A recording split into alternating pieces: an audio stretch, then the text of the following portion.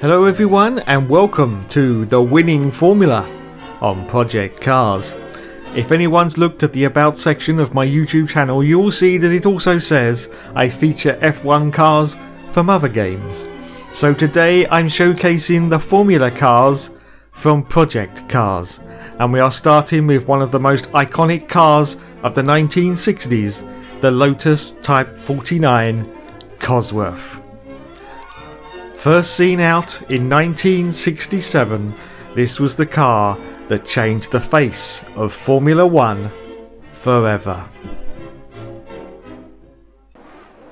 So away we go then. This is a 15 lap race at Monza. I've even got an authentic 1970s filter on just to add to the authenticity, and it's away we go. And as you can see, I started in 23rd position. It's a random grid start, and there's actually 45 cars in this field. I just wanted to see as many Lotus 49 Cosworths as I could. I don't know how Project Cars is going to manage 45 cars as we go into the gorgeous first corner at Monza. As you can see, not very well. The camera's already completely lost where I am on the track, and lots of cars, there you go, it's picked me back up again, but lots of cars have gone off into the gravel. Okay, so the question is, how does the car feel? Well, I have to say, it feels absolutely gorgeous. I've got the traction control off, I think the stability control is on, and the ABS, because these cars were notoriously bad on the brakes in the 60s. But it still feels absolutely epic. So as you can see, there's quite a few cars passing me there, and someone's just hit me up the back, but it doesn't matter, because I'm just out for a Sunday drive in the country testing this gorgeous iconic car. The only thing I have to be wary of is the fact that I've got the full damage on, and in Project Cars you've only got to do a slight tap and you've got damage. You can forget the realistic damage settings on most of these Formula 1 games. This is intense realistic damage in Project Cars. It really is. One tap and you lose a wheel. So we're going to drive very, very carefully, because I want to try and see if I can complete the 15 laps without actually crashing the car. So just imagine, if you will, this is 1967, of course, the debut of the Lotus 49 Cosworth. And just imagine that the equipment that they were using in the 60s, the ovals, you know, they were pretty basic, let's face it. And then of course we've got the headgear. Most of the drivers would have just been driving around with cloth caps on and a set of racing goggles. Yes, I know, difficult to imagine in the modern day of Formula 1, but that is what these drivers used to do. You'll also see my hand coming off the wheel at times to change gear. Yes, that's right. Through most of the race, I have to say, the drivers were driving one-handed. Yes, that's right, one-handed. So we cross the line and complete the first lap at Monza.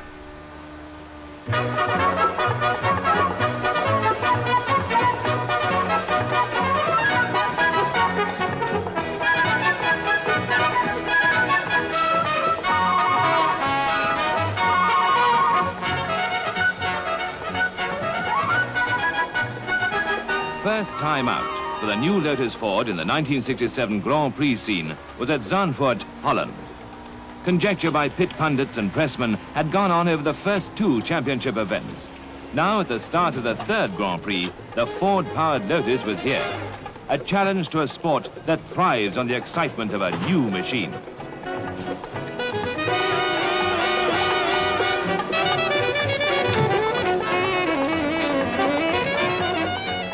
The engine had been fitted to the car only a few days before. A quick trial at Snetterton, some impressive practice laps with inevitable teething troubles, and here they were, raring to go against the world's top racing machinery. The Lotus 49 was a Formula 1 racing car designed by Colin Chapman and Maurice Philippe for the 1967 F1 season. It was designed around the Cosworth DFV engine that would power most of the Formula 1 grid through the 1970s, and was the first successful Formula 1 car to feature the engine as a stressed member. Jim Clark won on the car's debut in 1967, and it would also provide him with the last win of his career in 1968. Graham Hill went on to win that year's title, and the car continued winning races until 1970. After a difficult first year for Lotus in the 3-litre formula, Chapman went back to the drawing board and came up with a design that was both back to basics and a leap ahead. Taking inspiration from earlier designs, particularly the Lotus 43 and the Lotus 38 IndyCar, the 49 was the first F1 car to be powered by the Ford Cosworth DFV engine after Chapman convinced Ford to build an F1 power plant. The 49 was an advanced design in Formula 1 because of its chassis configuration. The specially designed engine became a stress-bearing structural member, seen earlier with the H16 engine and in the Lotus 43 and the BRM P83, but prior to that in the front-engined Lancia D50 of 1954. It was bolted to the monocoque at one end and the suspension and the gearbox at the other.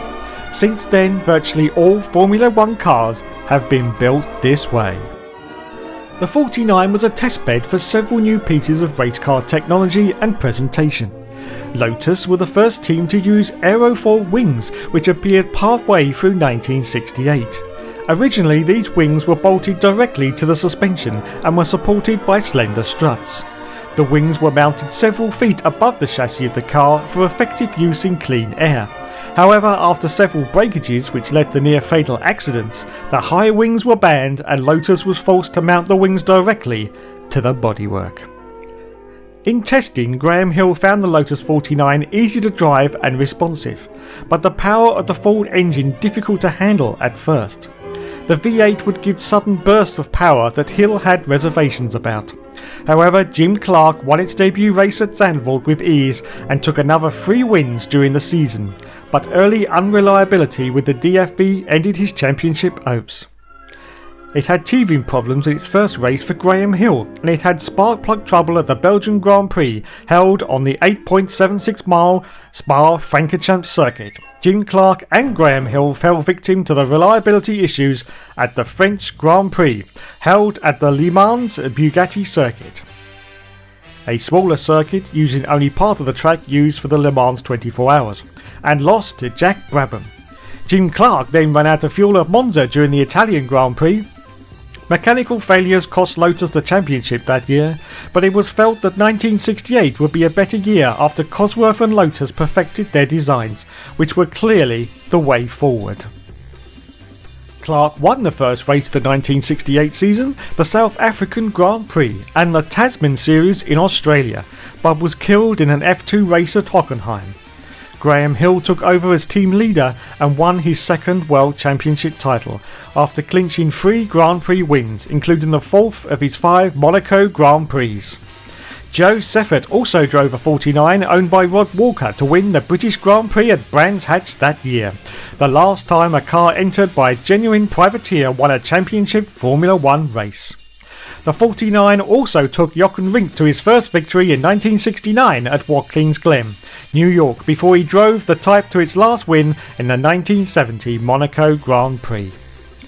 The 49 was intended to be replaced by the Lotus 63 midway through 1969, but when the car proved to be a failure, an improved version of the 49, the 49C, was pressed into service until a suitable car could be built.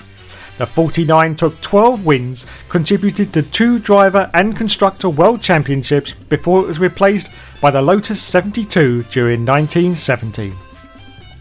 The final appearances of the 49C were in 1971, with Wilson Fittipaldi finishing 9th in the 1971 Argentine Grand Prix and Tony Trimmer finishing 6th in the Spring Cup at Alton Park.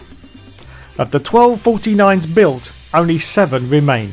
Chassis R3, driven by Graham Hill, then sold to privateer John Love, is the only example of the original 1967 cars still in existence, and is on display at the National Motor Museum in Hampshire.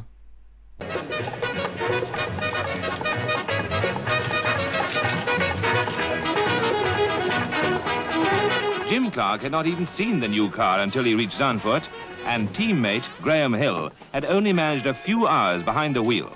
Some months before, Ford commissioned Keith Duckworth and Mike Costin to set up a Formula 1 program. The Formula 2 engine, based on the Cortina block, was soon dominant in its class. Its 3-litre brother was an engineering concept of lightweight, compact dimensions and overall simplicity, built to power Colin Chapman's new Lotus. The short 3-litre V8 engine, cast in aluminium alloy and developing 410 brake horsepower, was an integral part of the whole car. It supported not only the rear suspension, but the monocoque body as well.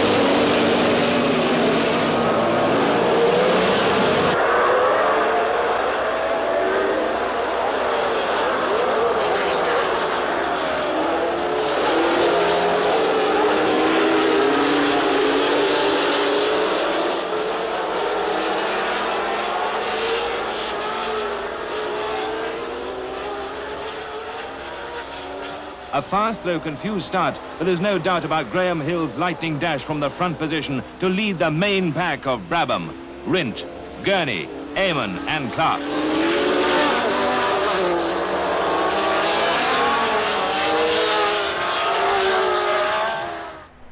So sadly my love affair with this car has to come to an end, yes. And as you can see, I'm currently in 4th position at the moment. I've managed to carefully thread myself through the field, but I do believe the AI have pitted quite a few times and I haven't come into the pits yet. I did have the tyre wear set on maximum, but these Firestone tyres were made of iron and will probably last for another 120 laps before they need to be refreshed at our pit garage. So at the moment we're just coming around to the start and finish straight. As you can see, there are some more cars now coming into the pits, currently in 4th position.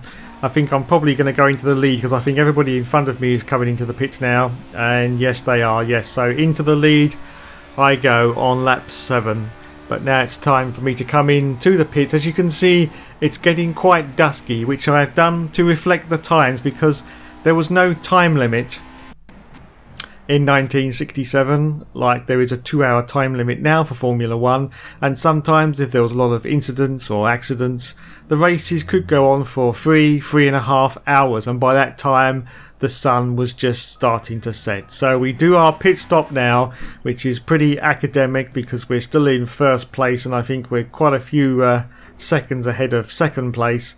But we come out now and we can see the gorgeous sun setting at Monza, and we're currently in 1st on lap 13 out of 15 laps now, and we just accelerate forward now to the very last lap of the race, and it looks like I'm going to win the race, which has no importance for me whatsoever. As you can see, I have actually caught up to the very last man in the field. Yes, the 45th car in this enormous field of cars.